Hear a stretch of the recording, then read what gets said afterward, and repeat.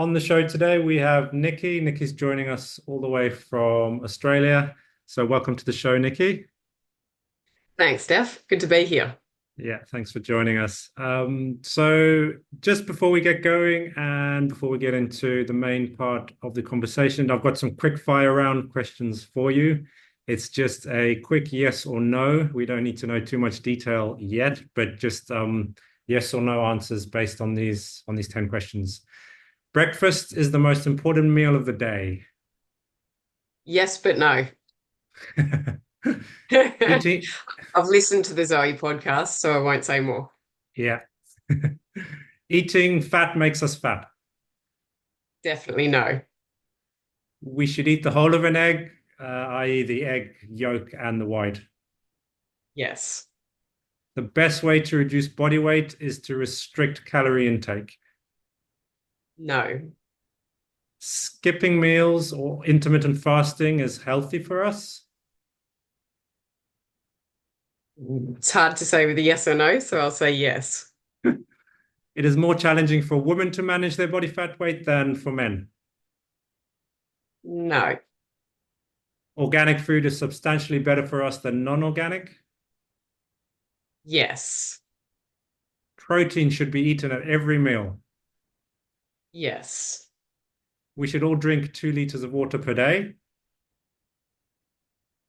No. Processed junk fast food should be completely avoided in our diets. Yes. Okay, cool. So interesting questions there. Obviously, it's difficult to not expand, but yeah, thanks for answering those. As I said, we might get into a few of those in the conversation today, but just a bit of background about you, how you became interested in nutrition. Obviously, you work as a nutritionist. So yeah, just your kind of story so far, how you got to where you are today. Yeah, well, I was doing the corporate thing. I was working in an office, earning lots of money, wearing fancy clothes. And but ultimately I was pretty bored with what I was doing. I was pushing papers around. And anyway, we got to the point where we were looking to have children and we weren't getting pregnant. And anyway, sort of Googled a couple of things, changed my diet, and I got pregnant. And I thought, hold on a second, changing a diet helps you get pregnant. What's this all about? And then I sort of got a bit interested in food.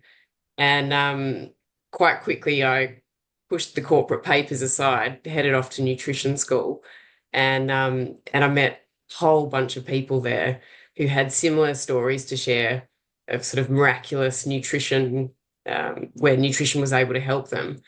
And the rest is history, really. I eventually resigned from my job and studied nutrition, got my qualifications, and then set up my business here in Sydney, where I mostly see people one to one. But yeah, I suppose that was it, really. It was making diet. I was a pretty healthy person, very sporty, um, ate what we would call a classically healthy diet, and yet changed my diet, and that resulted in me menstruating each week, so having a period each month, sorry.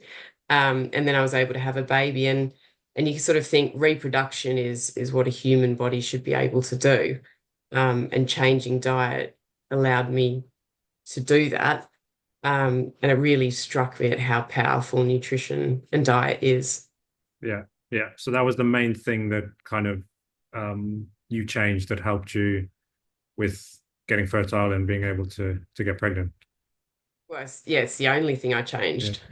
So yes, it was 100% down to diet changes. I suppose I should add that the reason, when I was very young, I was diagnosed with something called polycystic ovarian syndrome. That's something that affects about 10 to 13% of women. It's the most common reproductive, I suppose, disorder. Um, anyway, I'd sort of parked it for 15 years and taken the oral contraceptive pill. But when we wanted to have children, I sort of thought, oh, I better look into this. Anyway, so I Googled PCOS and I realized it was aligned with something called insulin resistance. Without going into the detail, it essentially meant my ability to process carbohydrates and sugars wasn't as good as it should be. So I just made some diet changes to reduce the sugars in my diet. not rocket science, but really like cutting out the muesli I was having for breakfast, the sandwich I was having, the salad sandwich I was having for lunch, and if I was having pasta for dinner. And yeah, that just spontaneously resulted in me ovulating each month, and we were able to have a baby. And then we went on to have three more kids after that with no problems. So yeah, food truly is powerful Yeah. without any doubt. Yeah. So going to specifically food, why would you say food is so vital, important to all of us, not just people with like issues or people with like health conditions? Why is food so important for all of us, would you say? Well, the first reason I always give to people is, what are you made of? And yes, you're mostly made of water. So, to your question at the start, drinking 2 liters of water is important because that's largely what you're made of. But the rest of you, about 16% of you, I think, the bones, the muscles, the blood, it's all made of protein. It's all made of exactly what you've eaten. And I think you recreate your entire body over a period of Mhm. things vary in what they say, Yeah. but 6 months to 9 years is an entirely new you. And Yeah. that is what you eat. And you could choose that to be pizza, or you could choose that to be fresh fruits and vegetables. And I know what I'd prefer to be made of. And so that's the structure of the body. And then secondarily, uh, food is also the energy that makes us move. And that's essentially the fats and the carbohydrates. They give us energy to function. And our bodies just running them costs a lot of energy. So we need to eat each day. And it's important we Mhm. get that energy supply right.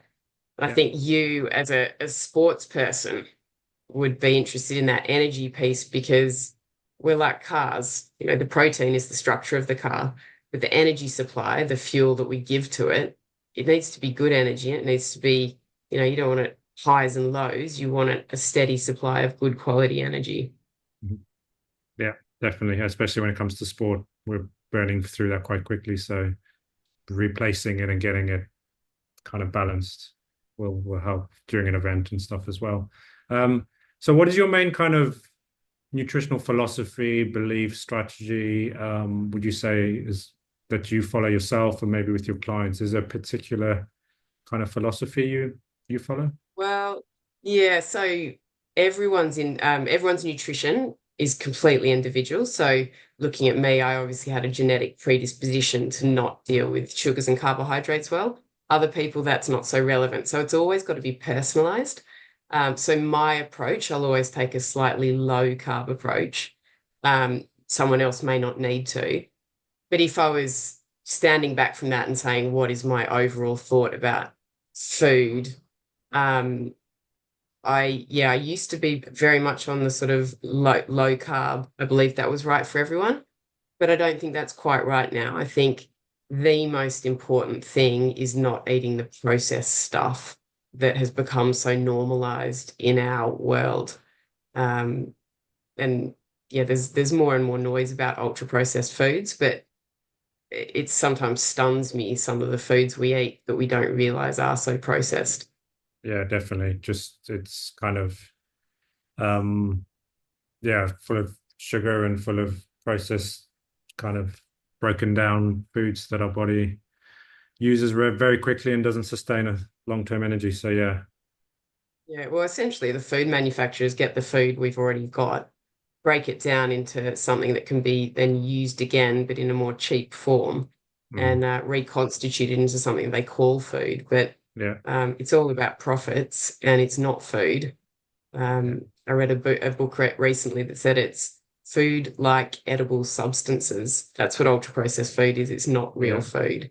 It's like they're scientifically designing it to make us eat more of it. An Yeah, interesting way to look at it, and I like to tell people, is the more ingredients on the pack, probably the worse off it is for you. If you go and buy an apple, it's an apple. It's not 20 different things in a packet.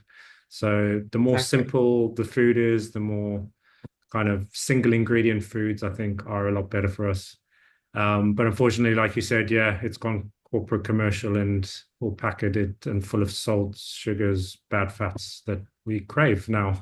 So, Yeah, yeah. yeah, And to your point, I think, look at the label and read it. And if you're reading a label, question mark whether you should be reading a label because real food doesn't have labels. yeah, definitely. Um, and your second point there, it's with Trump just elected to the in America, he's elected his new health minister, the Kennedy guy. So it'll be very interesting to see what happens with food policy, Yeah, because he's saying all the right things, but I'm sure with the power of corporates, he'll be cut down. But let's yeah, say, be very interesting. yeah. It's different when there's corporates and profits and stuff involved. So let's see. Cool. More kind of specific sports kind of based um, like activities, events, particularly for me, marathon running. How would you suggest or recommend we can hydrate, fuel? Is there anything specific you can recommend for like endurance-based sports in terms of fueling and hydrating for training and maybe for a race as well on that side of things? Yeah, absolutely. So I think the first and most important thing is maybe the listeners of your podcast are slightly different, but most people are amateur athletes or amateur sports players, and they're not doing extraordinary amounts of exercise. They'll tend to be doing, an hour to an hour and a half max, but that's most people's limit. And in that case, nutrition does not need to be anything different but beyond a good, sensible, healthy diet and drinking water to your thirst. It's when you go beyond that 90-minute mark that nutrition and giving some thought to it becomes really important. And there's a reason for that. So I don't think this is too techy, but when you eat carbohydrates, you're eating something called glucose, which is essentially sugars. Now that glucose goes into your bloodstream, and that provides the glucose in your blood provides you the energy that you need for the here and now. But if you've got more than you need for the here and now, your body just pops it into I call little batteries called glycogen, which you have in each of your cells. And these glycogen trees, they fill up. And then if you've eaten carbohydrates or glucose beyond that, then your liver takes the excess glucose, packages it up into little triglycerides or fat molecules, and packages it away and puts it into your fat stores. Now, when you're exercising, you've got all the glucose in your bloodstream available. So you go for your run, you use all the glucose in your blood, fantastic. And then your body senses, "Oh, we need a bit more." So the little batteries start to release their glucose into your system. Now, the key point there is that those little glycogen batteries, they have 90 minutes worth of energy in them. So once you exercise beyond 90 minutes, you start to need to think about accessing energy from other sources. So that's why the 90-minute mark is a really important point in sports nutrition. And yeah, the other thing about 90 minutes is that, when you see athletes hit the wall, that Mhm. sort of point where people just everything's going well and they suddenly hit a wall, Suddenly, that is when their glycogen supply stops and runs out. So, yes, as I said before, nutrition is highly individual. So, some people's glycogen might last 2 hours, some might last 1 hour, but on the whole, it's 90 minutes. sure. Okay. So would the 2 hour Um, people have more glycogen storage, or it's just like a slower release, or is there anything? I Okay. don't know the Yeah, yeah, answer yeah. to It's that. just Yeah. interesting to know because during a race, people will fuel at different times. So some people might fuel an hour into a marathon, some might wait a bit longer. For me Yeah. personally, I can last quite long, but then, like you said, it can suddenly hit me. So I'm almost trying to fuel before that. I'm almost forcing myself to take in some. I use gels for a race and training, but like taking in Yeah. some carbs. So it's quite interesting that And that kind of the shift. time No, difference. it's really interesting. And there's also a point around how you've trained and practiced fueling during your Okay. training. So because you're quite a seasoned distance athlete, your body is quite well fat adapted. So your body runs through the bloodstream glucose, runs Okay. through the glycogen battery glucose, and then it's quite good at heading to the fat stores and breaking down that fat to turn it back into glucose in a steady way.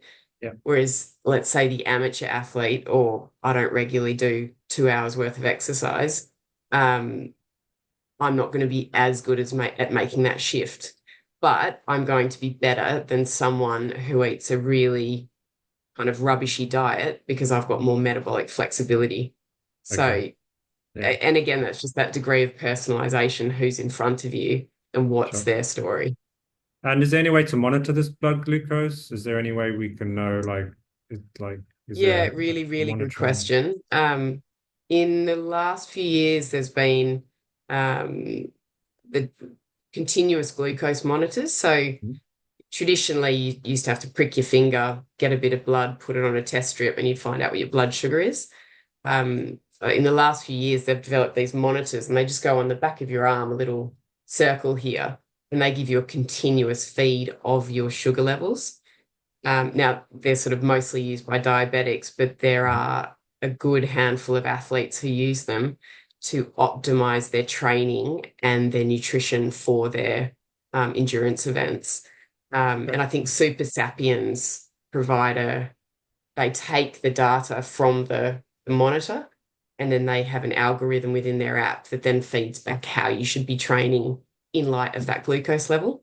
Okay. Um, but for the everyday punter or someone who's just trying to lose weight, um, there are other sort of Yeah. companies now that are using these products. So this CGM, this continuous glucose monitor, you can wear during a race. Is it legal? You can like Yeah, yeah, monitor on a watch. absolutely. Okay. Yeah, I think you can only see it on a computer app. Okay. I know the Super Sapiens is used a lot with cyclists, so they'd have all the data sitting in front of Yeah. them. Um, but you know, as an everyday punter, yes, you can get hold of one of these monitors and see what's happening while you're exercising. Okay. And you'd need to do some research to learn how that then translates into what you should be doing for your training and your fueling. Yeah. Okay. And it's all about managing blood sugar levels and keeping it balanced and enough kind of stored as well. So Yeah, yeah, really interesting. exactly. Yeah, Especially for longer endurance sports, like you said, after that 90-minute mark, where it kind of yeah, kicks in. yeah. Yeah. But yeah, for athletes that are doing longer than 90-minute endurance events, then there's sort of a very basic formula would be just before the start of the event, high glycemic carbohydrates like white bread with honey are a really good idea. So they're quickly digested. And then after the 90-minute mark, the trick is about getting glucose into the body fast enough. And the gels help the glucose. So you've got little transporters that get glucose into your blood. And the transporters can only do, let's just say 10 mil per minute. But if you use a gel, it's a polymer of glucose. So it has the ability to go in through two different transporters. And that means you can increase the rate at which glucose gets into your bloodstream. So you've got more energy to compete for longer. Okay. Um, so gels can be a good tool to use because they use these different uptake transporters.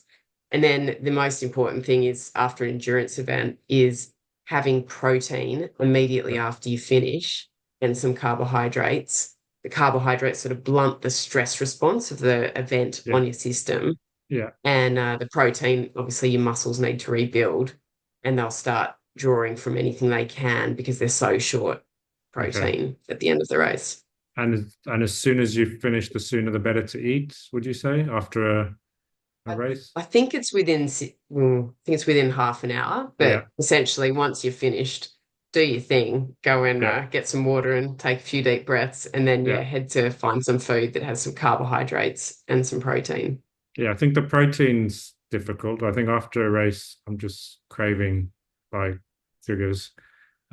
So yeah, maybe adding a bit more protein will help. Like you said, the muscle recovery and the repair, maybe. Yeah. Um, A lot of people find that they're not particularly hungry. They're sort of thirsty, but food's not the first thing on their mind. And yeah. that's where protein powders and protein Okay. shakes can be quite useful at the end of endurance events. Yeah, definitely. And Yeah. coming off sports, just an everyday person, they do a little bit of activity in the week. They want to improve their diet, their way of eating. Any recommendations, any tips they can use? My hottest recommendation would be make sure you're eating enough protein. And yeah, main summary there is a palm-sized amount of an animal food as the center of every meal, breakfast, lunch, and dinner, but particularly breakfast, goes huge lengths to rebuilding the muscles that you use when you play sport. Yeah, I think breakfast is interesting. we've been sold this idea we have to have processed cereals and milk and like all this like sugary stuff. But I always tell people you can have whatever you want for breakfast. It doesn't have to. I know our appetites are Mm. quite different in the morning, but why not have a bit of protein or some salmon, some eggs, some avocado? Yeah. Like that can be part of your breakfast. Who said you have to have cereal? You make a really good point there, is that is breakfast the most important meal of the day? And I said yes, but no. And that's because breakfast is break fast. It's about the first meal of the day. So the first meal of the day is really important to get right, but does it have to be breakfast? No. If you don't like breakfast, just make sure whatever that first meal you have is a good meal and has some protein, a fist-sized amount of protein. Cool. So your breakfast could be later in the morning or even at lunchtime, but it's still called breakfast. You're still breaking your fast. It doesn't need to be a morning Exactly. thing. Perfect. Excellent. Exactly. Cool. Yeah. And the as you get older, getting that breakfast meal right becomes Mm. increasingly important. Yeah, definitely. Cool. So what would you say is next for you in your business? Anything in your personal life? You got any goals, challenges coming up that you would like to share with us? Let me see. I think my business has really taken off in probably the last 12 months. And for me, it's about automating the IT systems. So Okay. that's not my favorite thing to do. I'd prefer to talk No. about food. So Yeah. IT automation, how dull. Yeah. I think as all of us as coaches, we struggle with that side of things. So yeah, that's yeah, challenging for all of us. Cool. So can we follow you online? Do you have anywhere we can kind of reach out if people wanted to get hold of you? Because I know you offer coaching. You do online coaching as well.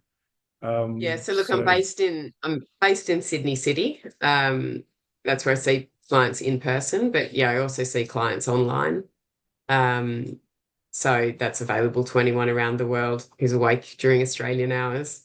And I'm on Instagram at Nicky Clark Nutrition, which is NICKYCLARK Nutrition, or info at nickyclarknutrition.com. excellent. So if people want to reach out and maybe get some advice and maybe some coaching with you, then they can email you or follow you on Instagram. Perfect. Yeah, happy to help. For most people, it doesn't take much, but it's usually just a simple little nutrition lever that they need to Yeah. turn to get things changed Yeah. for the better. And you coach all types of people, like men, women, young, old, active, Yeah, non-active. so I mostly focus on over 40s, and Okay. most of my clients are men. Okay. Um, but yeah, any health condition of people over the age of 40. Yeah. I have some younger clients, but that's the area I really focus on. Yeah. And I think like you started off this conversation, the power of nutrition can really help with, I'm not saying it's going to cure and solve everything, but it can definitely help you to be healthier and possibly overcome certain health conditions as well. So I think we can't Oh, underestimate the power of food and nutrition and everything yeah. linked to it. Oh, there's plenty of studies out there telling you that if you make certain diet changes, it's as powerful as medications. So it's simple, it's easy, it's why wouldn't you? No side effects. It's Yeah. incredibly powerful and enjoyable. Yeah. Yeah. Excellent. So cool. So yeah, thank you for coming on. Thank you for sharing what you shared and giving us some advice and stuff as well. So if people want to reach out, please get a hold of Nikki and ask her any kind of nutrition and food related questions. And yeah, thanks for coming on the show. And thank you everyone for listening. And we'll see you next time. But thank you, Nikki, for joining us today. Steph, thanks for having me. Absolute pleasure.